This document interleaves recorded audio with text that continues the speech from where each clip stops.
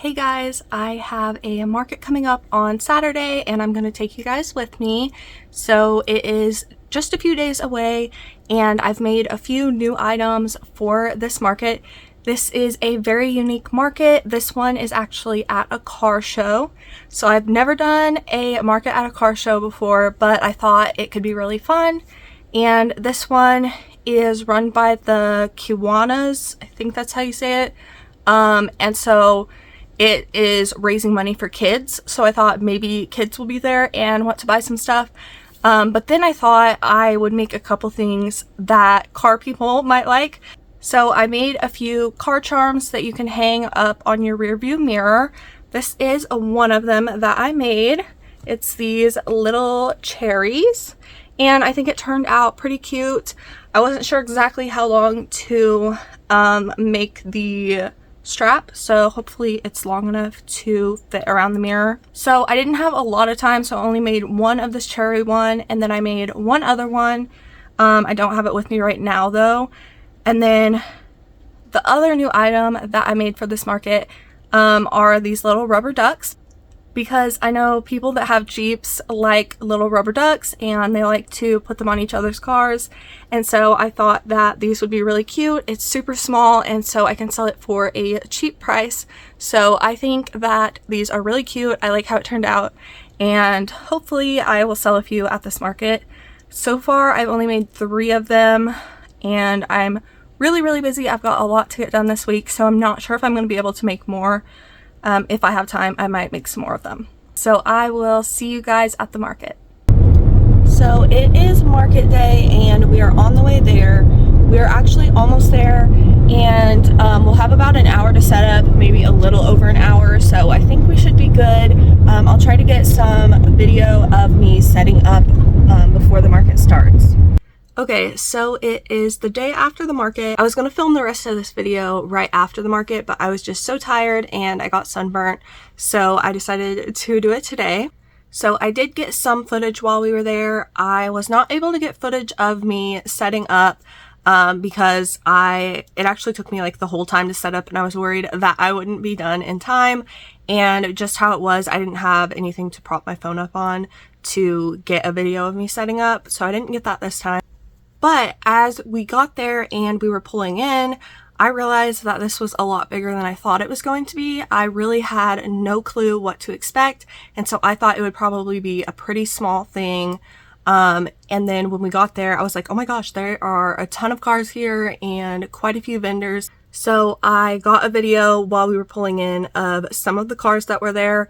This was before the event actually started, so not all of the cars were there, just some of them were. So I will put that in and you can kind of see how big the event was and some of the cars that were there. This is what we saw when we pulled up. There was a monster truck, some Mustangs, some old trucks, old cars, and I was honestly just surprised with how large this event was. I did not expect it to be this big.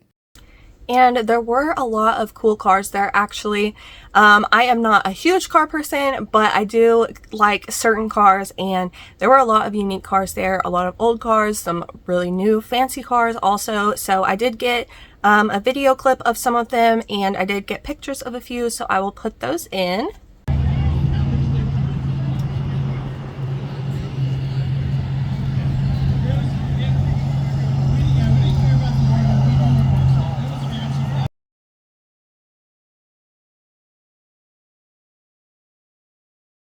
Although the event was pretty big, I was actually put at the back of the lot, so I did not get a lot of traffic, sadly. I think that if it had been laid out differently, I would have gotten more traffic. So I may reach out to them and just like give them a heads up and be like, hey, I think if you laid it out a little bit differently, it would be better for next year. Because how it was is it was in a parking lot, so there were like multiple rows of like parking spaces that had the cars in them. So there's like, I think like 4 rows that had cars, and then there's 3 rows that had vendors, and I was on that last row facing away from the cars. So everything else was over here, and I was on the back row facing that way towards an empty part of the parking lot. So they had this whole section of the parking lot still blocked off, but no one was parking there and that side was empty. So there was like nothing on this side bringing people over here.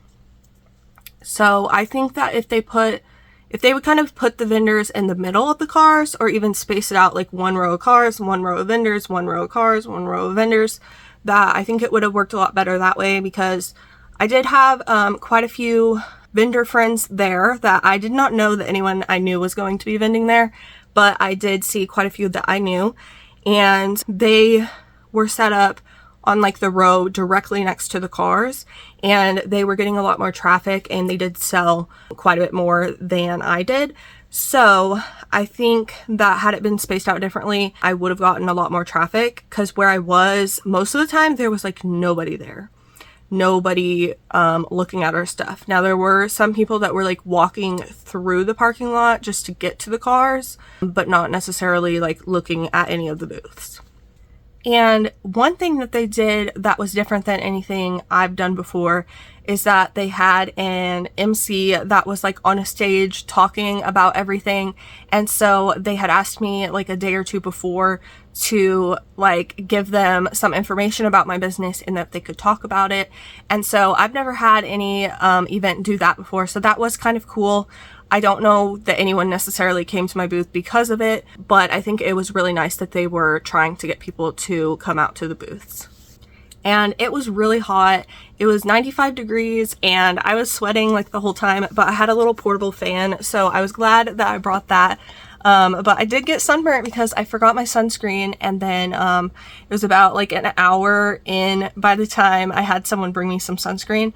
So I did get burnt. Thankfully it wasn't too awful, and I was able to put some after sun stuff on last night, so I'm feeling a lot better today.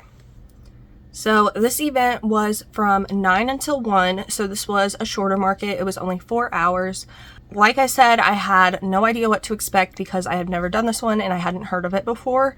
Now, the booth fee on this one was good. I only paid $30 to be here, which is very cheap for the ones around me. That is the lowest booth fee I've ever had, except for a few events that were free. And I will go ahead and put in the video of my booth before the market. So I realized that I have a lot of little items. I have been making lots of small items to restock and a few newer small items also. And once I put everything out, I realized that I do not have a lot of large items or medium items. So I need to start working on making a few more of the large items, because not that my table was necessarily empty, but just that it was a lot of tiny items and not a lot of big items. This is my booth before the market. This fishy fell over, so I had to put it back up. It was a bit windy. And these are my rubber ducks that are new for this market. Here is my banner. And I've got some small cats, my leggy chickies, and a lot of just kind of like random plushies. My squid at the top. And then over here, I've got my smaller items on this side of the table. And this is my other new item, the chicken car hanger. So in the first hour, I really didn't have any customers. I didn't have anyone looking at my booth. Everyone was just looking at the cars. And I did sell one thing in the first hour, but it was to a family member that I invited to come to this. So that one is kind of like, I would have made the sale either way if I was at this event or not. But that item that I sold was a medium cat, and it was a tan variegated one, and it sold for $30. So at this point, I was kind of disappointed that no one was coming over to my booth, but at the same time, I was thinking maybe everyone is just looking at the cars first and then they will come over and look at all the vendors afterwards. But the other thing that I think kind of deterred people from coming over to see all the vendors is that they had quite a few people sign up and pay to be there, and quite a few of them did not show up. So like the person beside us did not show up. There was a person like diagonal behind us that didn't show up, and quite a few on our row did not show up. So it was really just like 3 of us on this back row facing away from the event. And then also the other thing is that a lot of people left early. So the people behind us left about an hour early, even though it said, you know, you're not allowed to leave early. And I don't like when people do that because then people think, oh, the event's over, so I can't go over there and shop. So pretty much once people started packing up, I did not get any customers. I didn't get anyone coming over to my booth. So pretty much all the people on the back row by us and the ones behind us had left. So we went ahead and just packed up early, about 20 minutes early, because I mean, no one was coming over to shop and everyone else was gone. So we did leave a little bit early. Okay, anyways, let me get back into what sold. So in the second hour, I did sell 2 things. So I sold a popping mushroom for $15, and this was a hot pink one. And then I sold a mini chick for $12, and I realized that I only have one more mini chick, so I need to put that on my list of things to make before my next market. In the third hour, I only made 1 sale. They did buy 2 things though. They got my baby Yoda, and this one I made a while ago and I haven't been putting it out at markets. It was just in the bottom of a tote. So I decided to put it out today, and I'm glad that it sold. And then they also got my little mushroom guy keychain.